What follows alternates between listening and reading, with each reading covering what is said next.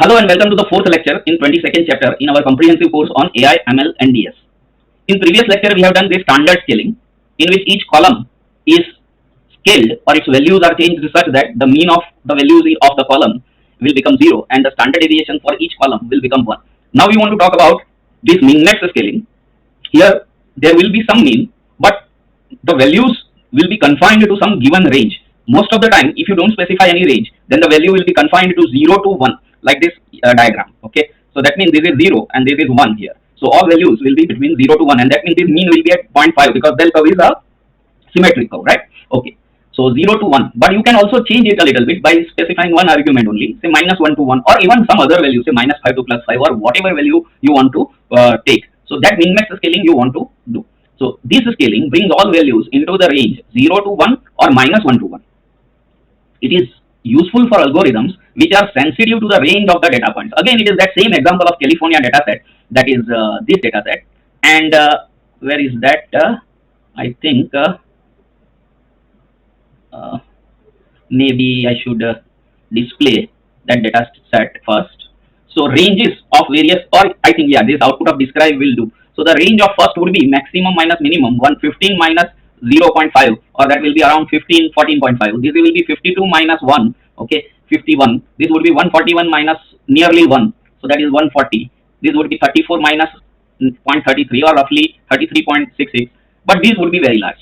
Now there are some algorithms for which whenever there is a mismatch, big mismatch between the ranges of various columns, then the algorithm considers one feature as extra powerful or less powerful, and that will introduce unnecessary dominance of some particular feature. So you would like that all of them should have minimum value say 0 and the maximum value 1, or maybe minimum value -1 and maximum value 1 for all these columns. Minimum of all this would be -1 and maximum of all these would be 1, or maybe minimum of all these would be 0 and maximum of all these would be 1. So that kind of method in which we convert the columns or pre-process the columns in such a way that their value comes in one interval, kept, the values are a sort of kept inside one interval, that is called min-max scaling. It is also called normalization, but we will not use word normalization here. We will prefer to call it min-max scaling. How it does it theoretically? Then here normal value is found, just like there z-score is found, which was, if you remember, the formula for z-score in the standard scaler was xi minus mu divided by sigma standard deviation. Similarly here normal value for each observation is found, and that is xi minus x minimum divided by maximum x minus minimum x. So this is easy, this maximum x minus minimum x, that is the range. So when you divide it by range, that means the quantity which is just obtained now, that will no longer be dependent on the range, right? So in the numerator, each observation minus the minimum value, and in the denominator, the range of that column. So if you calculate it that way, then you will see that all these values x come out to be between 0 to 1. And if you want to bring them to -1 to 1, then slightly different formula is required, something called Zi, where 2 multiplied by xi minus minimum divided by max minus minimum. That is same formula as this, but just multiplied by 2, but then -1. Okay, so any observation minus the minimum value of in that column divided by range of that column, that is maximum minus minimum value of that column, multiplied by 2 in the numerator, that will be this quantity, and -1 if you do, that will be the z value for that ith observation. Okay, now let us take one example, then only it becomes clear, and let us calculate actually by paper and pen sort of. But as now we know, we will not have to do that. There are ready-made libraries which will calculate these things by maybe other methods. But here this is x 2, 4, 3, 8 and so on. These are various values in the column x. So what is the minimum value of this? Then 2. And what is the maximum value of this? Then 8. So you can use the formula, each observation minus minimum value divided by maximum minus minimum value. So 2 minus 2, okay, that is 2 minus 2 here, divided by 8 minus 2. So for first value, it will be 0 only, because I want to take this type of min-max scaling, where I want the range to be -1 to 1. That's why I am taking this formula, that is 2 times, and then I am doing -1. But here, this is observation itself is 2, and the minimum value is also 2. So that is why 2 minus 2, so this term becomes 0, and therefore Zi will become -1. So Z1 will become -1. Then for I is equal to 2, this, the observation is 4. I is equal to 2 means this 4 value, right? So 4 minus 2, so that is 2 into 2, so that is 4, divided by 8 minus 6, so that is 8 minus 2, so that is 6. So 4 divided by 6 minus 1, or 2 divided by 3 minus 1, that is 2 by 3 minus 3 by 3, so that is -1 by 3, and that is -0.33. Similarly, just calculate z values for each of the observation. Then write all their values as a list, then we say that we have done min-max scaling of this column. Originally values were like this, new values are like this. And what is the characteristic of this? If you find the minimum value of this, then it is -1, and the maximum value of this, second last observation, then that is +1, right? Okay. Similar thing you can do min-max scaling for y. This time I am taking y slightly bigger numbers, 1000, 4000. Minimum of y is 1000, maximum of y is 7000, and then each observation minus minimum value, so that first itself will become 0, right? But -1 is also there in the formula. This is the formula that I am using, this one for range -1 to 1. So that is why that -1 will give answer -1. Then second observation, 4000 minus the minimum value 1000 multiplied by 2. So 4000 minus 1000, that is 3000 multiplied by 2, 6000, and divided by 7 minus 1, 6000. So that will 6000 by 6000 will be 1. 1 minus 1, so z will be 0. And so on, you calculate the z for all observations. Value of that observation you will put here. Minimum value in that column is already known, maximum value is already known, and the difference of maximum and minimum value you can put here. So then you can find z score for each of these y observation. And then you can write instead of y, zy, and that would be these values, -1, 0, -0.33. Important things are not values, but important thing is what is the maximum and minimum value of that. Then the maximum value is here somewhere, just beside on the left side of 0.33, right? So that is 1, and the minimum value is -1. Same was the case here also. Maximum value is 1, second last observation, and the minimum value is -1. So both x and y, they have been min-max scaled with range -1 as the minimum value and 1 as the maximum value. But again, we will not manually calculate it this way. We will rather just do this from sklearn.preprocessing, import min-max scalar, and then period scalar object. This is just creating the data frame, so that is the data will always be given to you. But create a min-max scalar object, so that is min-max scalar. This time I don't write just a parenthesis like this, because if you just write a parenthesis this way, min-max scalar, what I have shaded this much, then it will scale, but all values will be between 0 to 1. So that is this behavior will be seen 0 to 1. But I want this kind of behavior that is between -1 to 1, right? So that means this y-axis is somewhere here, so that this minimum value is -1 and the maximum value is +1. So if you want that kind of behavior, then in that case you have to do min-max scalar, and in that you have to write this feature range as in the parenthesis. So feature range you can write anything, -1 to 1 or -5 to 5, anything. So I am writing -1 to 1, and now you have created a min-max scalar object, and then you apply that min-max scalar object to your data frame. So scaled data frame is equal to min-max scalar object is applied fit underscore transform to my original data frame, and the columns of the new data frame which you want to create, that will be named x scaled and y scaled. Just like this, if I take to next cell, it would become more clear. Just like my df will have two columns, x and y, similarly this will have two columns. This scaled df would have two columns, x scaled and y scaled, right? And they will be such that in each column the minimum value will be in this feature range. Okay, so steps are again common. Import min-max scalar, create a scalar object using min-max scalar and parenthesis inside, specify the range which you want, and then apply that scalar object. So that is min-max scalar, min-max underscore scalar dot fit underscore transform data frame, and the name of two new columns which will be created in your scaled df. So if I again take this to another cell and just print that scaled df first, then you will get more clear idea. That scaled df will have two columns, x scaled and y scaled, right? So these are x scaled and y scaled, and if you see the minimum value -1 and the maximum value is +1. Okay, and here if you see the minimum value is -1 and the maximum value is in a different row, but it is still +1. Okay, let us try not to give this feature range. Create a min-max scalar object. So from sklearn.preprocessing, import min-max scalar. This, then min-max scalar is equal to min-max scalar object, right? So that is min-max scalar object, and then you apply the scaling to that object. So if you do that, then in that case you may find this scaled df.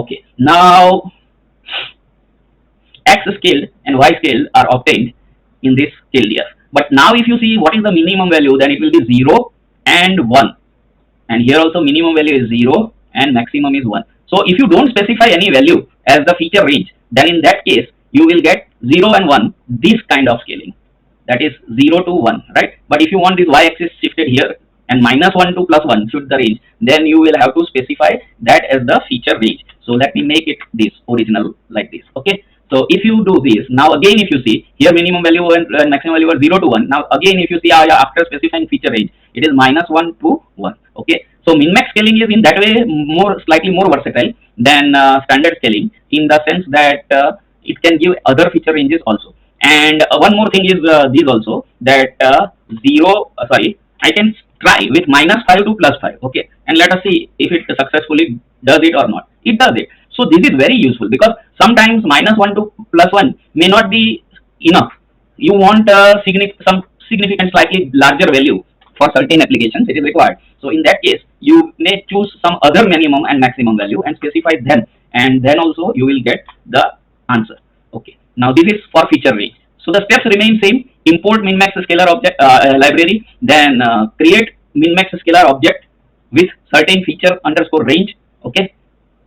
You can give any name here. Name is not important here. Scalar only you can give name, no problem. And then here also you can write scalar dot fit transform. So that is fine. But then use scalar dot fit transform, and in the bracket parenthesis supply one argument should be data frame, and other argument should be the modified name of the columns. So if original data frame has 2 columns, then you will have to specify 2 arguments. If original data frame has 10 columns, then you will have to specify 10 new column names, right? Okay. Now then, this is the scaled data, and for better comparison, you can use pd.concave original data and the scaled data for just comparison, that how the values have been scaled. Then important thing is you can display that concatenated data frame, but you can also print the statistical summary and check if values have been changed to -1 to +1, right? So this is my new data frame, XY original data frame, and X scaled and Y scaled new data frame. They have been concatenated. Okay. And this is my statistical summary. More important is the minimum value and the maximum value, right? So the minimum value here is 2, and why 2 is coming? Oh, so that is X, sorry. In X scaled I have to see. So -1, and the Y scale -1, and similarly maximum value is 1. So you can say that this column in which minimum value was 2 and maximum was 8, that has been converted into this X scaled in which minimum and maximum are -1 and 1. And similarly the other column in which minimum was 1000 and the maximum was 7000. So it was pretty different. But now if you see, even that has been converted from -1 to 1. And that means here what was the range? Maximum minus minimum 8. And here what was the range? 7000 minus 1000, 6000. So range were pretty different, and therefore those algorithms which are sensitive to the range will not perform well on the original data XY. This. But on this X scale and Y scale, if I find the range, then that is maximum minus minimum 1 minus minus 1, that is 2. And similarly this is also 1 minus minus 1, that is 2. So that means now range of both columns is same. So if I do my algorithm and I feed that algorithm with X scale and Y scale, that is this data frame, then that algorithm will perform better. Okay. So same thing let us do for, this was my data set which I had created X and Y. Now instead of that, let us load our California housing data set and scale it. So this is California housing data set, and this is the described statistical summary of one column, average rooms. Okay. And with that I can even show you the statistical summary of every column also. So df3.describe, entire data frame dot describe, and that will show the statistical summary of all the columns, right? And again the scales are pretty different. We have done that many times, so I'm not going into it. And in average room the scale is minimum value is 0.84 and the maximum value is 141. But I want to do min max scaling, and this time I want to convert all the values between 0 to 1. So that is why from sklearn.preprocessing import min max scalar, then min underscore max underscore scalar is equal to min max scalar, and here I can write this a particular data frame, right? So a particular feature range if you want to write. But if you don't write any feature range, so then in that case by default min max scalar will do keep range between 0 and 1. So what I'm saying is, here we put this feature range after min max scalar, then it will convert the column values from -1 to +1, minimum and maximum, while this will convert from 0 to 1. So first import this library, second create min max scalar object, and third apply min max scalar object to the column or columns which you want. So min max scalar dot fit underscore transform, and then the name of that column. So if you apply that, then you will get df3 average rooms, right? Or print df3 average rooms dot describe. If you do that, then you will realize that the minimum value has this time become 0 and the maximum value has this time becomes 1, because here I did not specify any feature range. So the default feature range is 0 to 1. So that is this kind of case. This kind of min max scaling has been done. Certain mean and certain standard deviation, but the minimum value is 0 and the maximum value is 1. Okay. You can specify -1 to 1, or you can specify -5 to 5, anything here. if you don't specify anything, 0 to 1 is by default adjusted as minimum and maximum value. Okay, right. Now this was the discussion about the min max scalar. Now in next line, we will next lecture we want to do discussion about this normalization. Now this normalization is slightly difficult. As I said, the most important difference, not difficult, but it is slightly different, I would say. Most important difference between scaling and normalization is that the scaling, these two, that is min max scalar or standard scalar. Here normalization is written, but mentally cancel it. Right, min max scalar, and this you write standard scalar, and in there it is applied column wise, while in this normalization things are applied row wise. And this normalization is done in certain special application, mostly in NLP, that is text analysis, natural language processing. Then there are many more specific applications where you need to adjust the values of all the rows, but not vertically column wise, but row wise. So the changes will occur row wise. Okay, so that is called normalization, and we will do that. There will be three kinds of normalization. So here I have discussed, one is norm equals L2 normalization, L1 normalization, and max normalization, and we will do slightly detailed discussion about this normalization. Okay, so that is about, so far we have done min max scalar and standard scalar, and now we will do normalization next time. So that is from here. Okay, let me leave one cell so that it is easier to recognize. Fine, thank you, and we'll see in the next lecture.